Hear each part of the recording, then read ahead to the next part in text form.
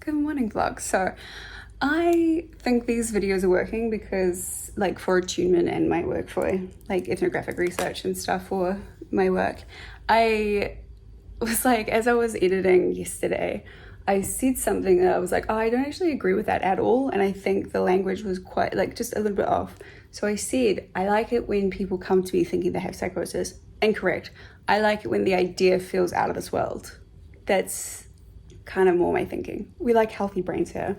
So I just thought that's such like I wouldn't have caught myself saying that if I hadn't have been doing this. So it's kind of like a really good, it reminded me of, you know, the movie About Time, when he's married, he's got kids, he's a lawyer, and he like starts to relive each day.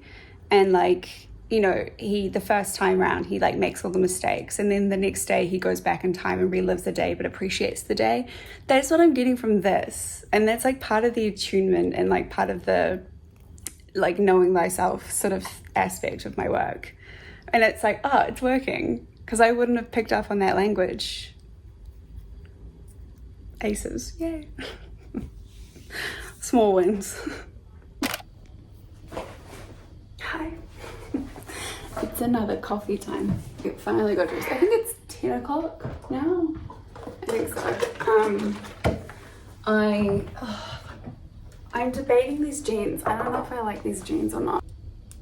Also, I was watching this video of this girl who had like Dior flats, and I was like, they have little butterflies on them. Oh my god, they're like $1,200 though. And I'm like, one day she'll get there. I'm just in the squeeze, that's all. Fuck. I have for the longest time talked about like governance structures when it comes to technology, and I think the basics are wrong. I feel like people are forgetting things. So the reason why I do painting and why I have added that onto like my website and stuff is because art transcends actual technology and things like that. Art is always evidence. Art transcends. Art, like if you go back to thinking about like Italian, like pre-Renaissance paintings, if you think about like chapel paintings back from Italy back in the day, they were there because they showed stories of Jesus and like biblical stories, and it was an equalizer. So all of the sermons were in Latin, but most everyday people didn't speak Latin anymore, but they could take the images on the walls and be able to decipher the stories, right? And I think that, you know, in the egalitarian states as well, every time that a society starts to grow and form and evolve and change, the first thing that they do when they start to get resources is, or anything that happens, is they turn to art. And innovation, it kind of intercepts that as well. When you have freedom, it's either if you have freedom of resources or if you have absolutely nothing left, you start to create. And I think there's this, especially for survival, there's this thing of like to leave your mark, to be like, I was here. And I think that innovators and creators have that similar sort of mindset of like leaving your mark, leaving your legacy or something like that. And I just think that there's something in that, or like that's why I put art, because the two are interconnected. Creativity and innovation are interconnected. And I think that to build the future, to build what's next, it has to be rooted in what's human, right? And that's why I have the whole thing of like imagination as innovation. This is a half-formed thought, by the way. This isn't real, but I keep having that thing in my head of perspective. What are you focused on, but what's the perspective? How are you looking at it from? If we're all looking at the same thing, we all see different things though. It's the same thing if you were to think about, this is why I love art, if you were to think about the cubists, like Barak and Picasso, they're all painting pictures of women and chairs and things in still life, but it's the perspective. But in reality, all it really is just paint on a canvas. It's not real. And then that goes into more surrealists. This is not a pipe. Let's make some pizza dough. Okay, so we need warm water. Oh, no matter how often I make pizza and make dough and bread and all of these things, which is a regular occurrence, I always forget the recipes. So, I wanna know love if I can hold it, someone sets me. You can see my ass. Sorry. I don't think I'll ever stop repeating Chef Ager. It's an addiction, I swear. Let's do a cup because I actually really prefer a high wet ratio. Oh no. Let's not get this on the computer, Ellie.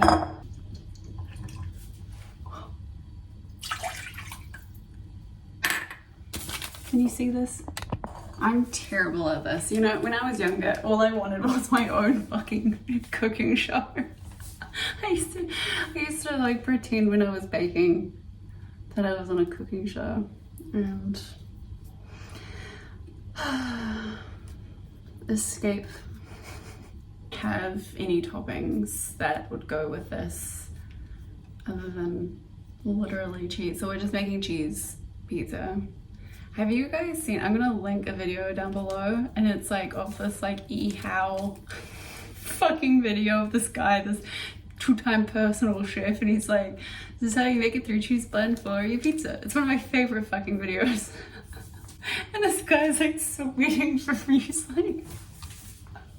It's him just like trying to make pizza or like 3-cheese blend for your pizza, and it's just literally blending 3 different types of shredded cheese, and he's like, that's the fucking video, and I'm like, why? Oh my god, oh my god. Mind you, so I was just about to say, so why are some things created, and I'm like, but that video has brought me so much joy over the years, and maybe that's it. It's like the idea of art for art's sake, you know? A 3-cheese blend for your pizza.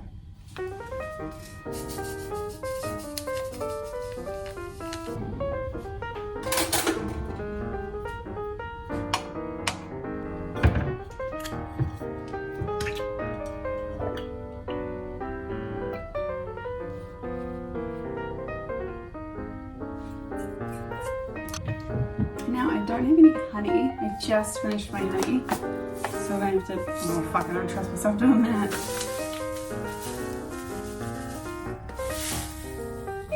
A little bit of sugar.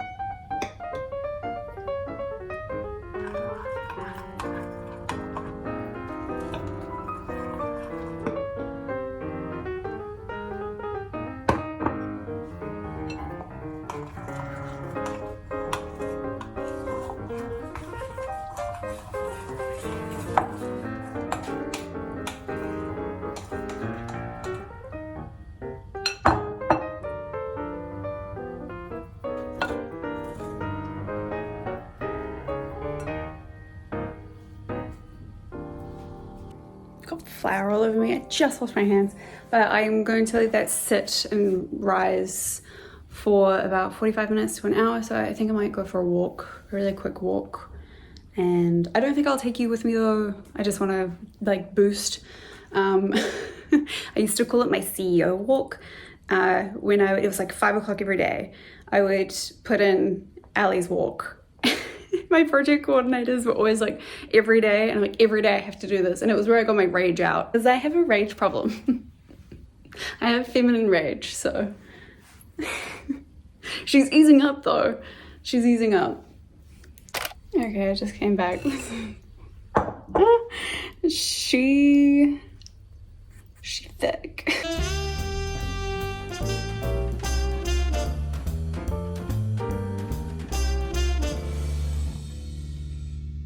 Okay, have fun in there. Bye-bye. Every time. For you? You want some?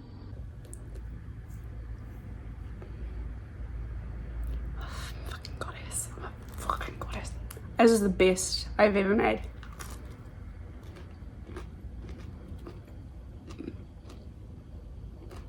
Oh yeah, I also got changed in my pajamas. I'm done for today. I'm just gonna go hop into bed and work.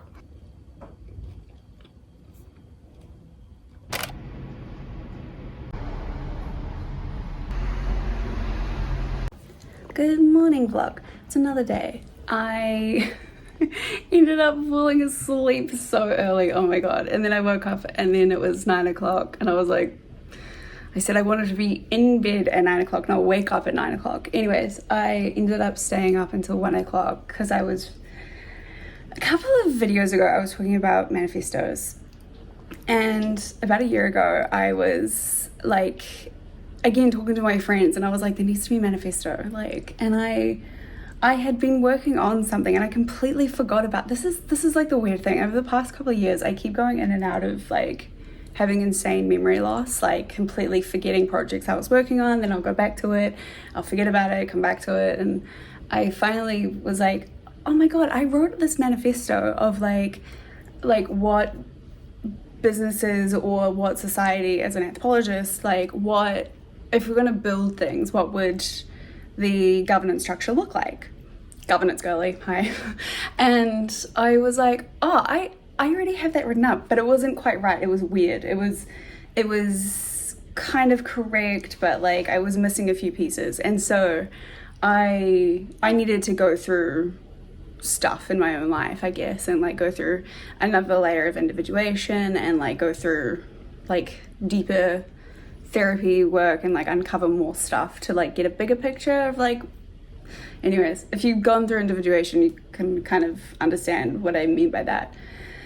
And I've had this thing of like, everyone builds in silos, right? And everyone's kind of building for their own perspective of the future. Everyone has the focus of the future, but what's the perspective, right?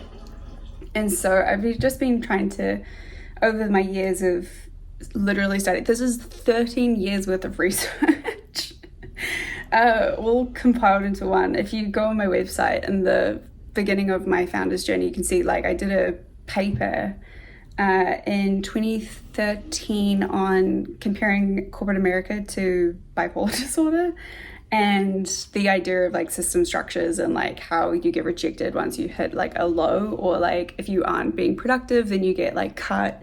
And I think with like AI and automation and things like that, we're gonna see that low, right? And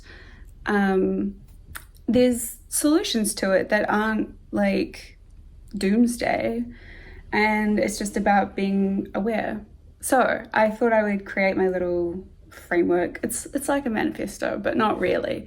But I'm gonna create, the original is like 50 pages long, because that's all consolidated research over the years of mine and all of like my founders work and governance work.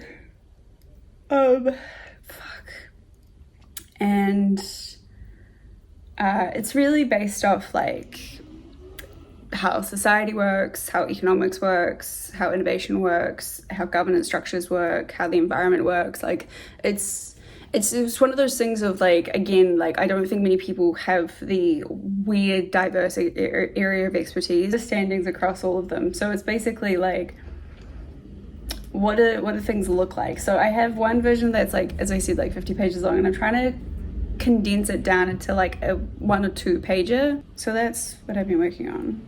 Also, I had another realization of like why I want to do these vlogs, and it's because I've never seen someone like me represented anywhere ever before, of like a girl that loves pink, that's like super girly and like likes nails and like likes little things, that like wants to paint and cook, but like is also really interested in like governance and tech and like all that sort of other things. And also just being like neurospicy to be like, you can do all the things, like you don't have to put yourself in a box. Also, here's the other thought that I had, because I'm obsessed with Ada. This is the painting I did when I was talking about Ada Lovelace. Anyways, I was thinking about Ada and that idea of like, even if Charles Babbage really adopted her ideas, and even if he did get funding, it wouldn't have been the right time because they didn't have the right structures in society at the time to be able to hold having digital computers, or like, they weren't digital, but like to be able to hold that level of computational power or synthesization of information or resources or things like that. Society wouldn't have been ready back then. They were still too wrapped up in like Victorian sort of style politics and structures, and the systems around them were completely wrong. And I feel like today, I feel like, you know, if it goes back to my big question of what will it mean to be human in the age of AGI, you know, general artificial intelligence, what, like, sentience, what, like, is society ready for that?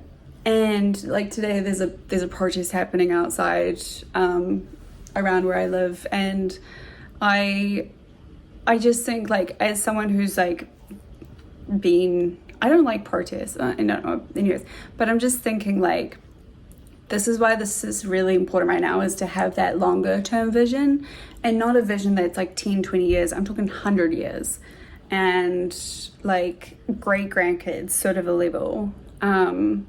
Because generational cycles usually happen in 40 years, 80 years to really see impacts of things. Like, look, we're seeing the impacts of things from 80 years ago today, right?